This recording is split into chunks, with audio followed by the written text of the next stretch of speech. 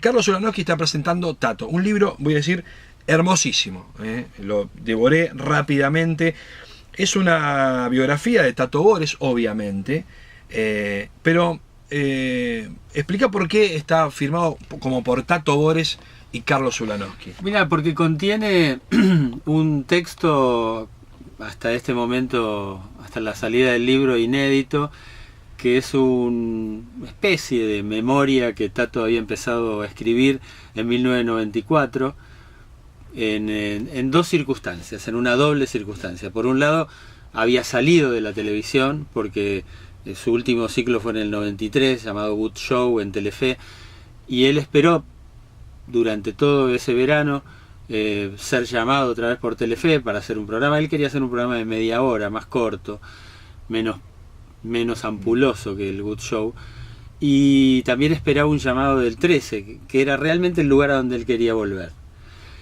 Y la otra circunstancia fue que empezó a sentir un malestar en su cabeza y se fue a Buenos Aires, él estaba en Punta del Este, le hicieron unos análisis, unos exámenes, unas tomografías, y encontraron que tenía un tumor en el cerebro. Bueno, y ese fue el comienzo de su fin, ¿no? Es una enfermedad que le duró, un proceso que le duró hasta enero del 96, cuando falleció. Y él, consciente de eso, empieza a escribir sus memorias. Y alguien le dijo: Tato, es un momento ideal para escribir un libro. Él, como era su costumbre, primero que nada refunfuñó, primero que nada se opuso, y luego alguien le regaló seguramente los hijos, una computadora, le pusieron un profe de compu y empezó a escribir. Y esos textos, que él debe haber dejado unos 60 o 70 páginas escritas, porque bueno, se agravó la enfermedad y ya no pudo escribir más, están transcriptos dentro del libro, como una parte importante del libro, bajo el acápite son capítulos que se llaman Memoria, y que no han sido tocados, ¿no? Es como una desgrabación directa de lo que él escribió. No ha sido modificado. ¿El proyecto surge a partir de estos textos o vos tenías este proyecto y te encontraste con este regalo? No. El proyecto surge en el 2002. En el 2002 el Centro Cultural Recoleta organiza una Expo Tato. Y bueno, también tuve el privilegio que me llamaran para ser el curador. Fui el curador de esa muestra, y ahí la familia, que también había participado muchísimo en la producción de ese evento, me dijo que tenían ganas de hacer un libro, si yo lo quería hacer. Le dije que por supuesto que sí, pero se tardaron ellos como 5 años en decidirse, y en 2007 arreglaron finalmente con MC la posibilidad de hacer el libro, y ahí yo empecé a trabajar. ¿Cuál es tu primer contacto que tenés registrado así de Tato Bores? ¿Cuál es tu primera relación con Tato Bores como personaje, como actor? No contacto de entrevista periodística, sino ¿qué recordás de tu primer contacto como televidente? Y seguro en casa, mi casa en el barrio de Floresta, casa de clase media, en donde había televisión y se comía alrededor de la tele, y se almorzaba y se cenaba frente a la tele, y seguramente los domingos veíamos a Tato en familia. Sí, seguro. Yo recuerdo también, casa de clase media, barrio marplatense, era domingo bañarme y terminar de bañarme rápido para poder ver el programa, y después ya empezar a preparar todo para ir a la escuela el otro día. Claro. Era una manera como de bajar también ese momento horrible, el domingo tarde-noche, con ese humor. No había fútbol de primera en ese momento, fútbol para todos. No había nada. Estaba Tato. ¿Y por qué se lo extraña tanto? ¿Por qué nadie quiso ocupar su lugar? Rompió el molde, ahora la cosa del humor político va por otro lado. ¿Por qué uno siempre lo tiene como referencia? Más allá de la calidad de sus libretos y de su actuación y yo creo la que actualidad de las cosas. Ese sería un tema para seminario, ¿no? Digo, es larguísimo para explicar, pero bueno, a ver, tiene algunas puntas. Algunas ya las mencionaste vos. Me parece que hubo gente que siguió haciendo humor político, sin ir más lejos. Yo no vi los espectáculos de ellos, pero estoy seguro que Cerruti y Artaza, desde el lado de la imitación, hacen humor político o humor sobre políticos. Lo que ocurrió hace un par de años, creo, ¿no?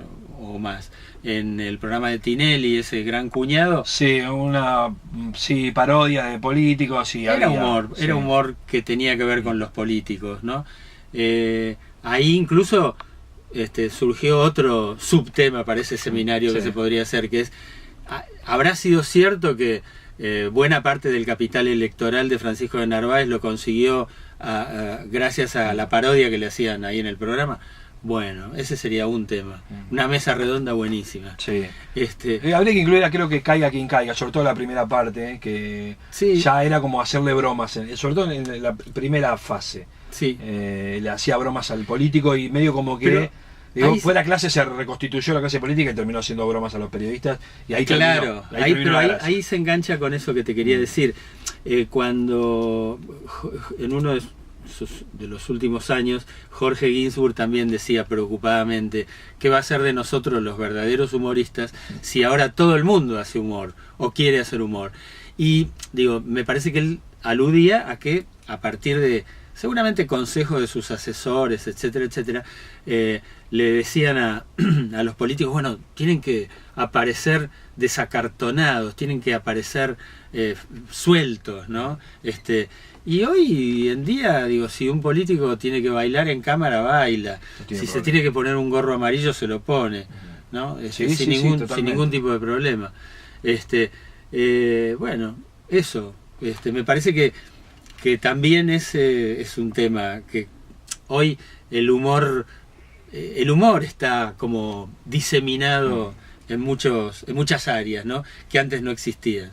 ¿Cómo, según vos, que estuviste estudiando la vida de Tato y has escrito este libro que es absolutamente recomendable, donde se pueden conocer incluso aspectos no tan iluminados, digamos, conocidos de la vida de Mauricio Borenstein, que tienen que ver con la familia o cómo se inició?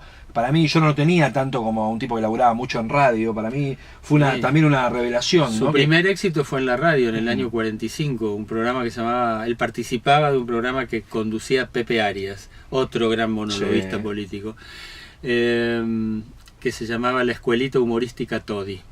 Exactamente. Y él hacía ahí un personaje de un niño judío terrible que se llamaba Igor. Y en el primer gobierno de Perón se lo prohíben el personaje, porque decían que deformaba el habla de los niños. Más o menos en la misma época en que le prohibieron el personaje a Catita, a Nini Marshall. También por lo mismo. Sí, me parece que era la misma excusa utilizada para todos los personajes que por ahí iban por otro lado. Pero ¿no? sí tuvo muchos éxitos en radio, incluso antes del 57, antes de empezar en 1960 concretamente, que es cuando empieza con el personaje del monologuista político en televisión. Él ya había hecho con libreto de César Bruto cosas de monólogos políticos en radio. Y también en el libro se ve la pelea de querer también sacarse de encima, sin renegar, el tema del frac y tratar de hacer otras cosas, ¿no? Porque, digamos, él se reconocía como un actor completo. Sí. Él terminó haciendo, no sé, La Jaula de las Locas, una cosa totalmente muy lejano a lo que pasa que hacía teatro, él hizo teatro, por lo menos mientras duró su gran momento en la televisión, cuando en la televisión lo prohibían o lo censuraban. Ahí, primero, por ejemplo, hizo durante la dictadura, hizo Hello Tato, hizo Pobre Tato, que eran dos intentos de music hall, muy emparentado también con el viejo teatro de revistas, con un pequeño ballet de chicas bonitas que bailaban alrededor de él. Muy buenos eran esos espectáculos, buenísimos los dos. Dirección de Lía Gelín, libro de Jorge Schusheim. Y luego, durante el alfonsinismo, hizo La Jaula de las Locas, una temporada y media. Con Carlos Perciabal. Cuando no pudo hacer televisión. Estamos hablando de la vida de Tato y este libro que escribió Carlos Ulanowski. ¿Qué aspecto te sorprendió de algo que, empezando a investigar, que no hubiera conocido, de este personaje que no hubieras conocido?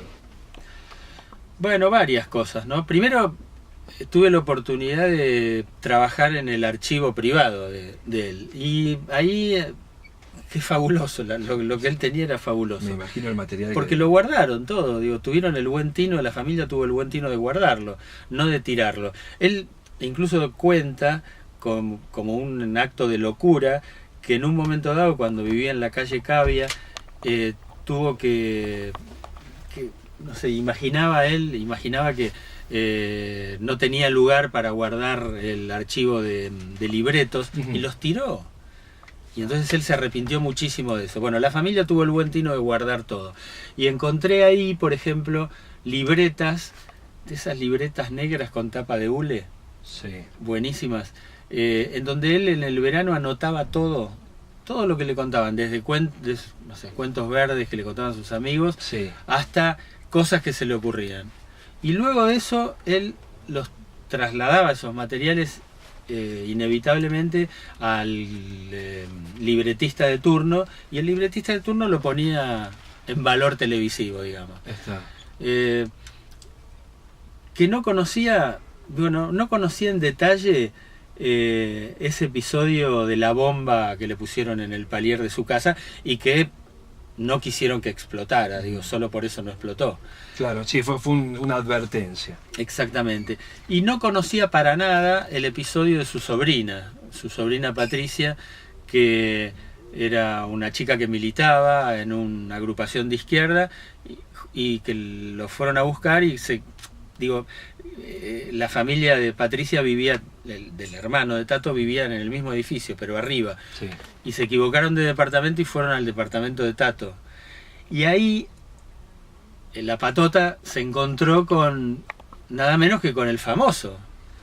Y entonces la reflexión de Sebastián Borestein es: ¿cuántas veces la patota llegó a departamentos en donde no había ningún Tato? No había ningún famoso, claro, exactamente. ¿No? Bueno, y Tato además es curioso, eso está reflejado en el libro, los recibió en calzoncillos, porque llegaron, como llegaba la patota, a la madrugada, ¿no? Totalmente. Estamos hablando con Carlos Ulanowski, de este personaje que es referencia obligada. Yo te quería preguntar, porque a veces, así en charlas de amigos, surge la necesidad de poner en valor o valorizar verdaderamente el papel del libretista de Tato. Porque uno dice, no, el Tato en realidad lo que hace es repetir de memoria un libreto que le escribe Santiago Varela, ha tenido... Está bien, pero ¿cómo lo repetía? Claro, ¿no? exactamente. ¿Qué actor que era? Me parece que ahí reside el principal valor. A vos de los libretistas que tuvo, ¿cuál fue el preferido tuyo o el que más te gustó? No, trabajó con grosos siempre. Siempre. 22 libretistas tuvo a lo largo de su carrera televisiva.